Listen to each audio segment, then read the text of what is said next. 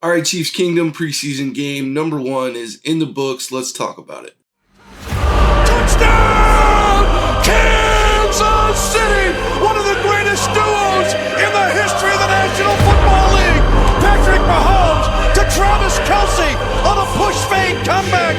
And the Chiefs have won this incredible divisional playoff game in overtime. All right, Chiefs Kingdom, so let's just get right to it. Obviously, the Chiefs fall 19-14 in the first preseason game of the year.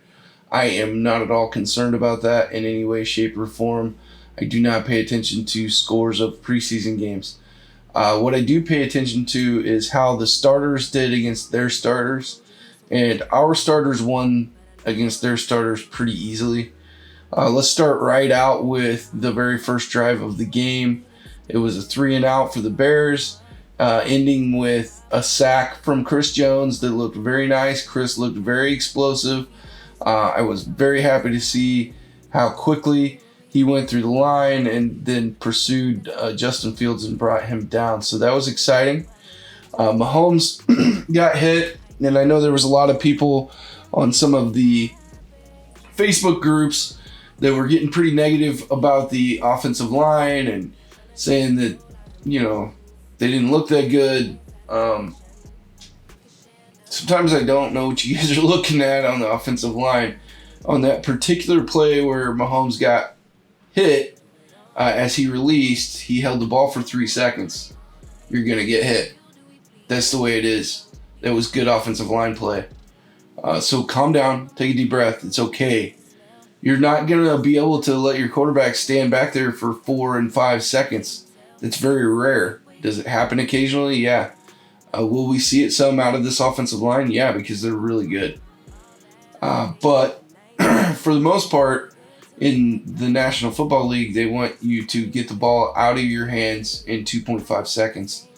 I didn't specifically put a stopwatch on that play, but I did go back and rewatch it and kind of do the one Mississippi technique while watching the play, and it was about 3 seconds almost exactly that it took him to release the ball. So if you're over that 2.5 second mark, probably going to get hit. So enough about that. What I will say is I didn't love the running game. Crum ran quite a bit and had a decent average, so I'm not counting him in that because we'll get to him later. But I'm talking about running backs and designed runs. We just didn't do very well. CEH had that 1 6-yard run that looked pretty good. His other run looked awful. Pacheco had 2 runs for, I think they were both 3 yards each, or maybe 4 and a 2, something like that.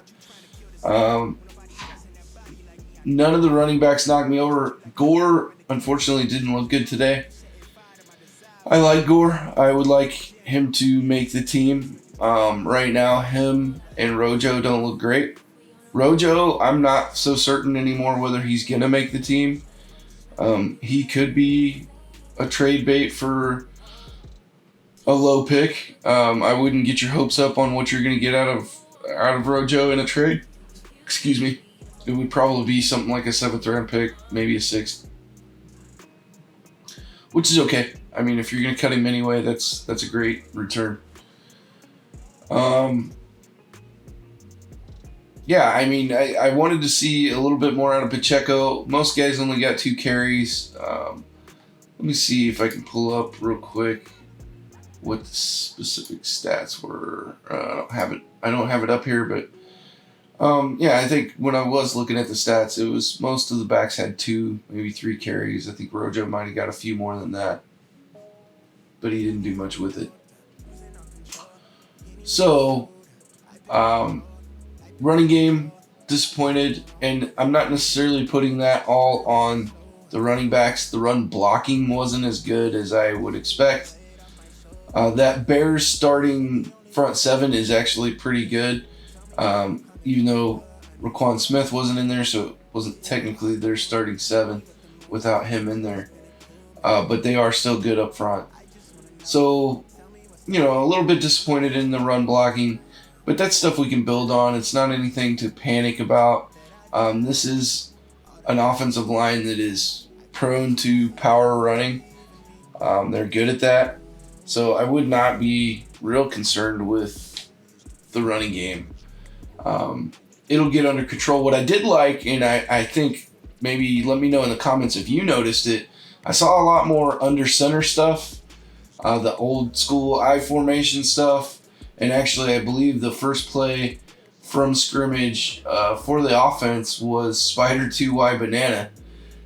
If you used to watch John Gruden's old quarterback show, quarterback camp or whatever it was called, if you remember back to the Andrew Luck episode, which was quite a while ago, he talked about Spider 2Y Banana. He's kind of always talking about that play, to be honest. But that very first play from scrimmage was actually, no kidding, Spider 2Y Banana. So that was cool. It was a nice little completion in the flats to Burton. Got Burton involved. He had a nice 4-yard carry later on in that drive. And then, of course, it culminated with the Blake Bell touchdown. So good for him. Later on, he was hurt. I hope he's okay. I haven't heard anything yet. And then George Karlaftis, he showed up. I was very impressed with him, what I saw. I really, really liked what I saw. He's about as slow as I expected him to be. He's not a fast dude, but he does have that motor that everybody talked about, and it showed up on tape in college, and it did show up in the pros as well. And he got his first sack, even though it's a preseason sack, so it won't count as his first career sack. It's the one he's going to remember as his first career sack. So that's cool. Congratulations to George Karlaftis. I thought he looked really good out there when they had him out there. Justin Watson continues to impress and continues to make his case to make this roster. And I'll be honest with you, I have a propensity to want young guys at the bottom of the roster. So meaning that I was hoping we could find a guy that was like a Cornell Powell type guy, that's a second year in the league type guy and pretty young, that would make the roster as the 5th or 6th receiver. But the more and more time goes by and the more I see of him, I think Justin Watson is going to make this roster. If he keeps up what he's doing, I just don't see how you cut him. And if he does make the roster, I think the reason I was kind of ho-hum about him is he is a little older. He's been in the league for, I believe, 5 years now. So, I'm going to put that aside and I'm going to pull for him, because if he's out there making plays and doing what he's supposed to, I really don't care how old you are. So that's good. Skyy Moore had a couple opportunities to look pretty good. He held on to, if you remember one of my previous videos, I said he let a couple punts bounce off his chest piece. We saw him make a really tough catch on a punt and hold on to the ball. So that was really good. I was happy with that. He had a nice toe drag on the sideline that looked really good. And that's awesome. And then probably my highlight of the whole game for me, I know this is going to be weird, and I don't know, maybe you're the same as me, maybe you're not, I don't know. But Justin Reed getting out there and kicking the extra point, let's go, man. That was awesome. I love to see that kind of stuff. I love to see guys having fun, even at the pro level, even though it's a job and it's a career and all that. Let's remember you've made a child's game into your career, so have a little bit of fun. So good on Coach Taub for letting that happen and letting Justin Reed go out there and kick the extra point. I thought it was really cool. I had a great time watching that. Fun stuff. The rest of the game kind of was what it was, man. Like, I noticed Leo Chanel. I know a lot of people were claiming that he was a no-show. I would disagree with that. I don't think he was a no-show at all. I thought I saw him flash in the run game, which is what we expect from him. You just expect him to come up and stuff the run, and that's exactly what he did. So sorry, I was just pulling up some stats here and making sure I wanted to hit all the players I wanted to talk about. Patrick Mahomes looked great, obviously. Nothing there. I think the one incompletion, his arm got hit and it probably would have been a touchdown. Let's see, rushing. Shane Buechele was the leading rusher on the team with 9.3 yards per carry, 28 yards on 3 carries. So, yeah, I don't love that. Ronald Jones had 4 carries for 1 yard. He looked terrible. So those are his stats, and as you know, I'm not wild about stats, but the stats actually match the eyeball test. That kind of confirms your thoughts. Derrick Gore didn't look great either. I talked about that. I love Derrick Gore. I'm rooting for him. I hope he turns it around. But if he plays like that for 2 more preseason games, I wouldn't expect him to make the roster. He had 2 carries for -2 yards. Justin Watson was the team's leading receiver with 5 receptions, 45 yards, 9 yards average per catch, and a touchdown. He looks really good, man. Kind of already talked about Justin Watson. I'm not going to beat that one up. Skyy Moore had 3 catches for 23 yards, so that was nice. Travis Kelce had a big catch, 19 yards. Those are the kind of guys that stuck out to me. I thought Valdes-Scantling looked pretty good, and Mahomes just barely missed with that longer throw that would have been a touchdown. Cornell Powell had 3 catches for 10 yards, so they were shorter catches, but still looked pretty good. Blake Bell, of course, had the touchdown. So Blake Bell and Justin Watson had the 2 touchdowns in the game. Leo Chenal actually had 6 tackles, and led the team in tackles. So for all those people that were saying Leo Chenal was a no-show, you are incorrect. Deon Bush looked pretty good. He had 5 tackles. So that's the second time he's kind of showed up for me. He showed up when I was down at training camp, and then he showed up in the preseason game as well. I thought Jalen Watson looked good at times. Lonnie Johnson, I don't know if he's going to make this team, to be honest with you. Let's see, who else? DiCaprio Boodle looked good a couple times.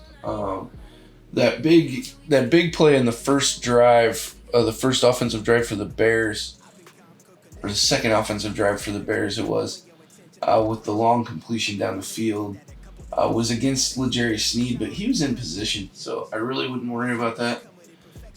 Taylor Stallworth showed up a couple times. Azur Kamara had an injury. I want to find out what's going on with that. I don't know yet, though. Kind of already talked about George Karlaftis. Juan Thornhill had what probably should have been a penalty on his tackle of Justin Fields. Chris Jones looked tremendous when we did get to see him. Willie Gay looked good. Nick Bolton looked good. Colin Saunders made a big play. Justin Reed made a couple plays, and I loved the kick. Josh Williams, I thought, looked good. Corey Coleman's trying to make this team as a special teams guy. And I think that's kind of where I'm at with that. I think we've covered everything I wanted to cover. So let me know what you noticed, and if there's something that I didn't bring up, bring it up. Chances are I probably did notice and forgot to talk about it. But hey, I want to know what I forgot to talk about. So bring it up in the comments. What did you guys think? Are you guys a little more negative than I am? You guys tend to be a little more negative than I am. Let me hear about all your worries, concerns. Maybe I can ease those concerns for you, because what I saw was very encouraging, and I'm very excited about this football team. This is going to be a very good football team, and I'm actually more positive and more upbeat about this team now than I was back when I started this channel and did the way too early 53-man roster. I kind of talked about it in that video, how I was feeling this team quite a bit and all that good stuff. I'm a little more positive about them now that I've seen them play at training camp, and I've seen them play one preseason game and saw the starters work together. I'm excited about this team. This is a good football team. So with that, I'm going to thank you all for supporting the channel. I really appreciate it. Thank you so much for all the commenting and the likes. Keep it up. Spread the word. Try to get some more people to sub to the channel. We need that. Let's start growing the channel. I really would like to get to 1,000 subs. That's a big pinnacle number for a growing YouTube channel. Once you reach that 1,000 subs, things can start growing at a faster rate. So let's get out there and really get those 1,000 subs, and then I'll give away the gear that I've showed you guys in the past, including this sweet hat. So with that, I'm going to let you guys go. I will make a more detailed video about my thoughts on the Chiefs-Bears preseason game at a later time, I think. Or, I don't know. I might. We'll see what happens. I'm still trying to learn this, guys. Let me know what you think. Let me know what you guys want to see. I'll talk to you soon. Bye. It could all be worse. I could be a hater like you. It could all be